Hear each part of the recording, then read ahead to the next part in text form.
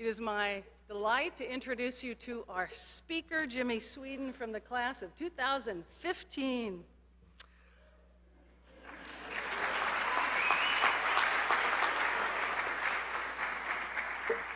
Your people are here. What would convince a high school student from Omaha, Nebraska to travel out west for his university experience? Could it be that the sun and the sand would offer a compelling alternative to the Midwest winters? Could it be that the allure of being close to the metropolitan center of Los Angeles and its booming business and music industry would compel him to leave his home and his high school sweetheart for the Conejo Valley? Perhaps. Yet for our speaker today, it was the kind of university that Cal Lutheran was and is that brought him westward for 5 years and then ultimately returned him to Omaha, having his skills honed, his critical thinking deepened, and his sense of identity and purpose fostered. Jimmy earned a degree in business administration at Cal Lutheran with an emphasis in small business and entrepreneurship and a minor in youth ministry. As a student, he was active in the university choir, so maybe you. And he was also a member of the Kingsman Quartet. He had a way of engaging his audience, though, whether it was through singing with a bit of flair and theatrics, or by listening to his beautiful vocal arrangement that he composed, sung by the choirs, and that was so lovingly affirmed by Dr. Morton. After graduation, Jimmy taught and directed a church high school choir. He reinvigorated a youth program after the retirement of its long-term pastor and director, consulted on budgeting and youth ministry, programming for both Cal Lutheran undergraduates and practitioners in the field, composed, produced, and released his first album, and began his career in financial advising with Thrivent Financial, positioning his clients to maximize their generosity. Through it all, Jimmy has been true to his identity and calling while seeking to empower individuals around him to lead lives of generosity and commitment. Please join me in welcoming back home Jimmy Sweeden.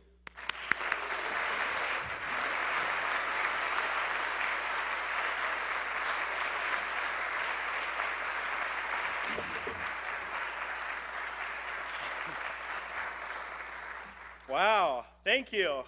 How cool is this? It's alumni. It's so great to see you. Choir, you sound beautiful. I had no doubts that you would. I do want to say thank you to Liz, my wife, for coming out here with me. She's back there. Really likes it when I call attention to Liz. So if you want to just look back at her as often as you can, she would really appreciate that.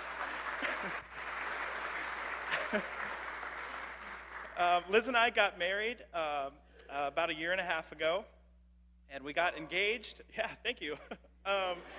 We got engaged while I was still actually living here, and so of course, you know, that decision had to be made. I wanted to live in Southern California. Liz wanted to live in Omaha, so we compromised, and I moved to Omaha. You know, she's pretty tired of that joke. But that was the right move. I'm happy to be back in Omaha. My parents are there. We have friends there. That's home. Especially now, 2 months ago, we bought our first house, and so we're stuck there for 30 years. We'll also be taking a special offering today, I believe, for our mortgage fund. But I'm so thrilled to be here today because as much as I love being home in Omaha, there's no place that I would rather be today than right here for homecoming weekend at Cal Lutheran. And I get to talk to you about rooted and reaching our calling for the common good. I didn't come up with that, but I like that a lot. And I like it for 3 reasons, conveniently. And the first of that being that rooted and reaching requires close examination and evaluation. It's not rooted and then reaching. It's not rooted or reaching. It's rooted and reaching. This is something that has to be done simultaneously. It's not chronological, and they're not mutually exclusive.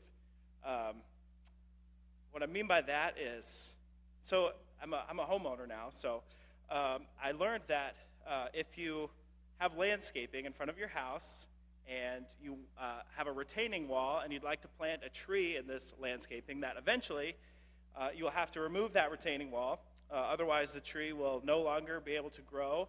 The roots will wrap around and something, and they'll run into each other, and you'll have to get rid of that wall. So I have to know stupid stuff like that now that we have a house.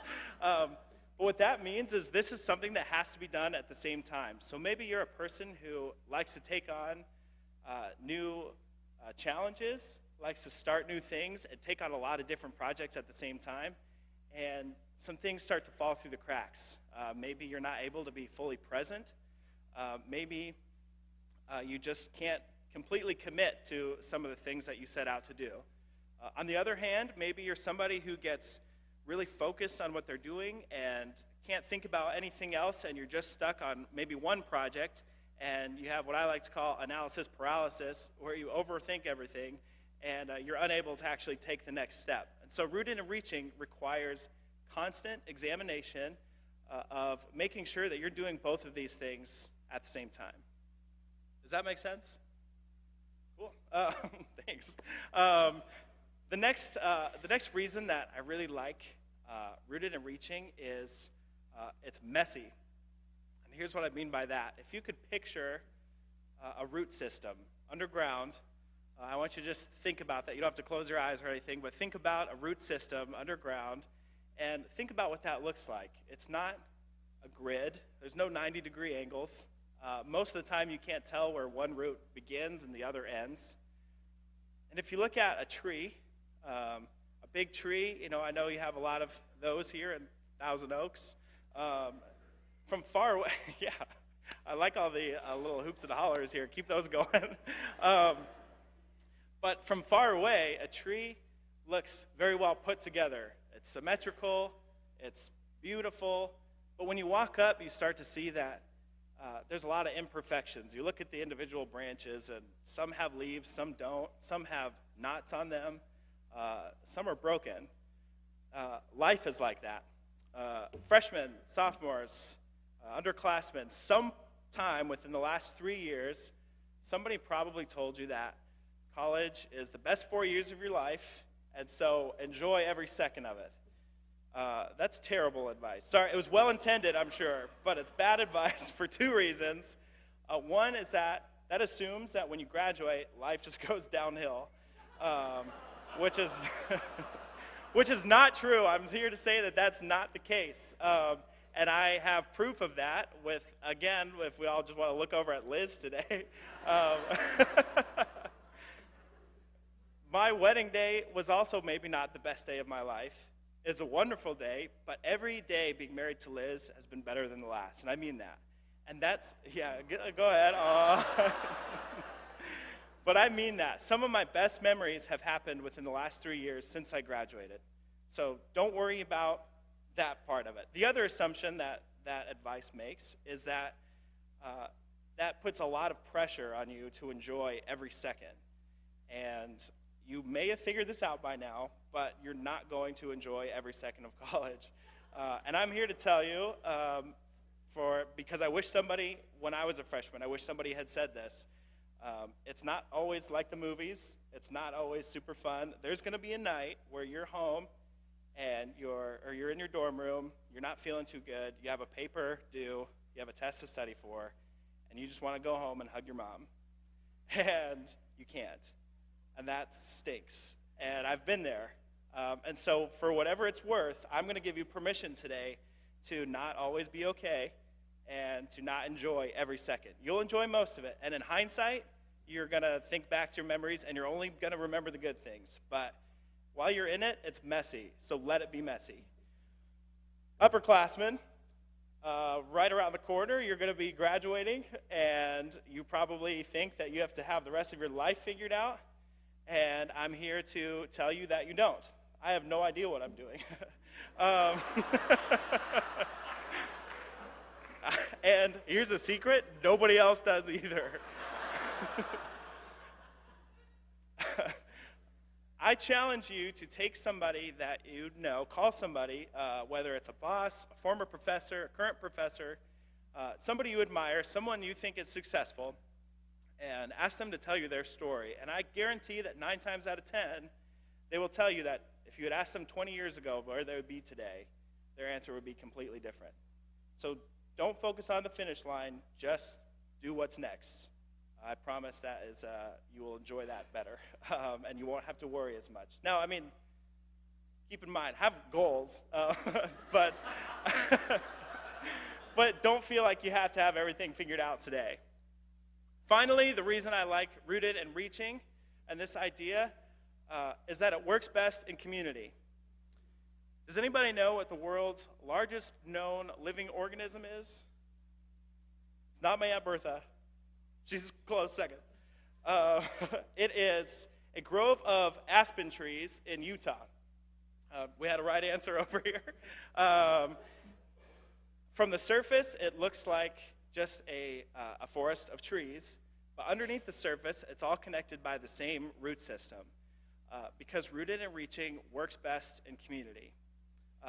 Choir, you know this better than most, probably. There's going to be times when there's a soloist who's going to sound amazing, and I'm sure all of your voices individually are amazing, but when they come together in harmony, you create something that is greater than the sum of its parts. And so we'll hear that today and think about that, how Rooted and Reaching works best in community. Now, don't get me wrong, I am a big fan of competition. I'm a capitalist through and through. I'm free market baby, except I know that at a liberal arts school in Southern California, that's not a popular opinion. But hear me out. That the assumption that I have, and the assumption that I think a lot of us miss, is that life is not a zero-sum game. My successes are not due to other people's failures, and more importantly, my failures are not because of others' success.